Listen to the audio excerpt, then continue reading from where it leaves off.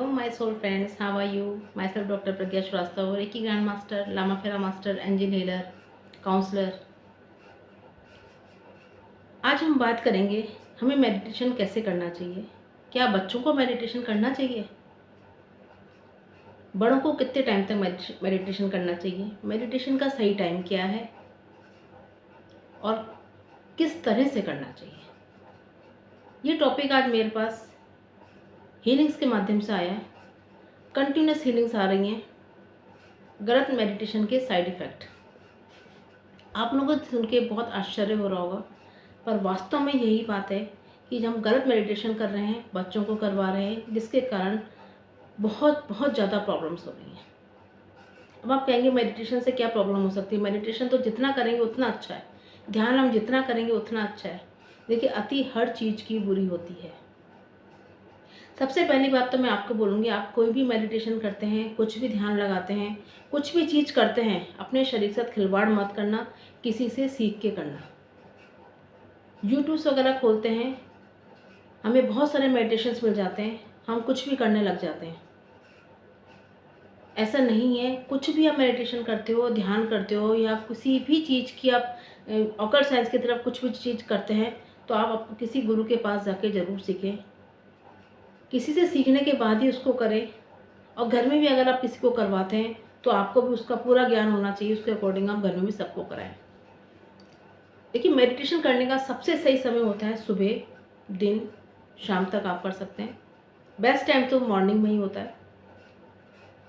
कारण ही होता है कि सूर्य भगवान उदय हो चुके होते हैं, सब तरफ रोशनी ही रोशनी होती है, उजाला ही उजाला होता है, नेगेटिविटी पूरी तरह से ख़त्म हो चुकी होती है। देखिए, ब्रह्मांड में हर तरह की एनर्जी है। पॉजिटिव एनर्जी से भरा हुआ ब्रह्मांड, नेगेटिव एनर्जी से भरा हुआ ब्रह्मांड। अब हमारा है कि हम कौन सी एनर्जी को रिसीव कर रहे हैं।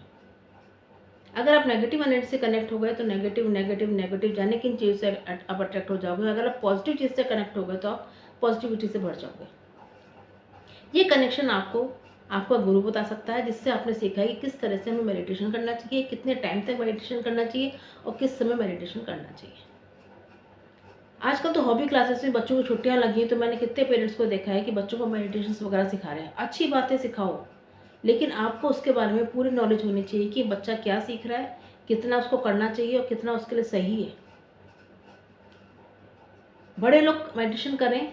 मेडिटेशन सबको, ध्यान जो भी प्रक्रिया है उसको हमेशा आपको दिन में ही करना है। सूर्यास्त के बाद कोशिश करें कि नहीं करें। जब वो बहुत ज्ञानी हो चुके होते हैं, बहुत एक्सपर्ट हो चुके होते हैं, तब आप नाइट को चुनें, नहीं तो आप दिन में ही सब पूरा ध्यान लगाएं अपना। बच्चों को इस तरफ ना धकेलें, कम से कम मेडिटेशन की आदत डालें। अब आप लोग यही बोलेंगे कि ये तो बहुत अच्छी चीज़ है, इसके लिए आप कैसे क्यों मना कर रहे हो? अगर आप बच्चों को कोई मेडिटेशन करवाते हो, ध्यान करवाते हो, अच्छी तरह से सिखाओ उसको। 5 मिनट या 10 मिनट, ज़्यादा से ज़्यादा 15 मिनट से ज़्यादा बच्चे को ध्यान मत करवाना कभी भी। अपनी देख रेख में करवाएं, दिन में करवाएं, क्योंकि बच्चों की कोमल बुद्धि होती है, उनके अंदर कुछ भी नहीं होता है, वो सीधा कनेक्शन लेते हैं और उनको अच्छा लगने लग जाता है, तो बहुत ज़्यादा करने लग जाते हैं, जो कि उनके लिए हानिकारक हो जाता है। उनको बहुत ज़्यादा नुकसान देने लगता है, उसके साइड इफ़ेक्ट्स होने लगते हैं और बच्चा मानसिक रूप से परेशान होने लग जाता है। कई बार ऐसा होता है कि हम तो बच्चे को सिखा कर छोड़ चुके थे, बच्चा रात को भी मेडिटेशन में बैठ जाता है। और अगर रात में बच्चा मेडिटेशन में बैठ गया और उसने घंटों मेडिटेशन कर लिया, उसको ध्यान ही नहीं है, मेडिटेशन करते करते सो गया, तो किस एनर्जी से कनेक्ट हो जाएगा आपको नहीं मालूम है। ऐसे कंटिन्यूस एक करते हुए 5-6 केस मेरे पास ऐसे आ गए, जिसके कारण बच्चे की मानसिक स्थिति पूरी तरह से ख़त्म हो चुकी है और वो नेगेटिव एनर्जी से कनेक्ट हो चुका है। हालांकि रेकी हीलिंग, लामाफेरा हीलिंग, हमारी हीलिंग्स में इतनी ताकत है कि इन चीज़ों से उन बच्चों को निकाल लाते हैं, या जो भी इंसान है इन चीज़ों में फंसा हुआ वो निकल जाता है और क्योर हो भी चुके हैं सब जने।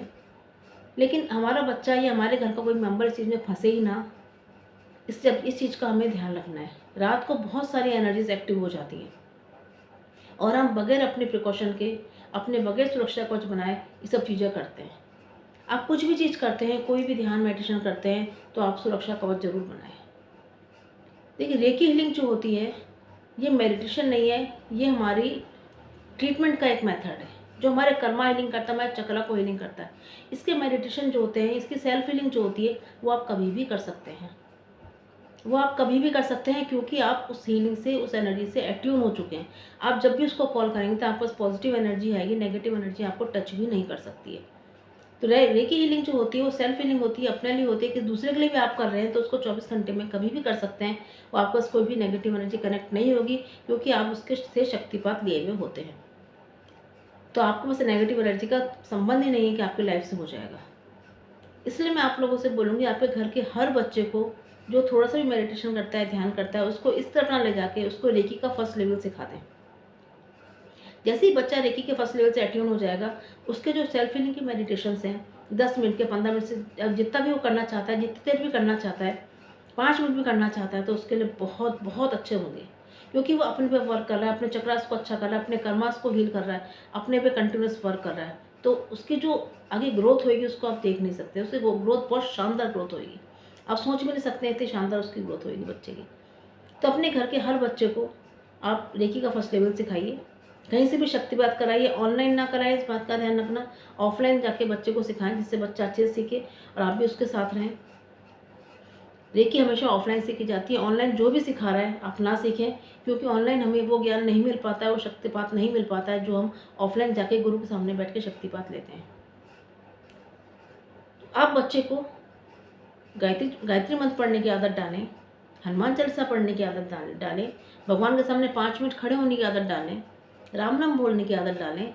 इन चीज़ों में उनका डेवलपमेंट करें। वो बच्चा कभी भी कितनी बार भी करेगा तो उसको कोई प्रॉब्लम नहीं होगी, क्योंकि बच्चा सोचता है कि मैं इन चीज़ों में चल जाऊँगा तो मेरे सारे काम हो जाएंगे, पढ़ाई भी कर लूँगा, मेरा कंसंट्रेशन पावर बढ़ जाएगा। क्योंकि हम उसको बोलते हैं तो ध्यान करेगा, तेरा कंसंट्रेशन पावर बढ़ेगा। तो रात में भी कर रहा है, दिन में भी कर रहा है, इन चीज़ों में चला जा रहा है। बच्चे का ध्यान हमेशा पढ़ाई की तरफ होना चाहिए, उसको अपने कर्म की तरफ जान दो, बच्चों को इस तरफ मत घसीटो। ऐसे केस इतने सारे आ रहे हैं, इतने सारे आ रहे हैं। कई तो आपको भी नहीं मालूम, आपके घर के अंदर का जो बच्चा है वो भी इन चीज़ों से परेशान हो रहा होगा। बहुत समय बाद जाके आपको मालूम चलेगा। तो बच्चों को इस तरफ ना घसीटो, योगा करने की आदत डालो उनको। ध्यान अगर कराना है तो अपने सामने कराएं, 5 से 10 मिनट से ज़्यादा बच्चे को ध्यान ना कराएं। रेकी हीलिंग कराते हैं तो रेकी हीलिंग बच्चा कितना भी कर सकता है, अपनी सेल्फ हीलिंग कितनी भी कर सकता है, वो उसके लिए पॉजिटिव होगी और उसके पढ़ाई में, उसकी लाइफ में उसको ऑटोमेटिक सक्सेस मिलने लग जाएगी।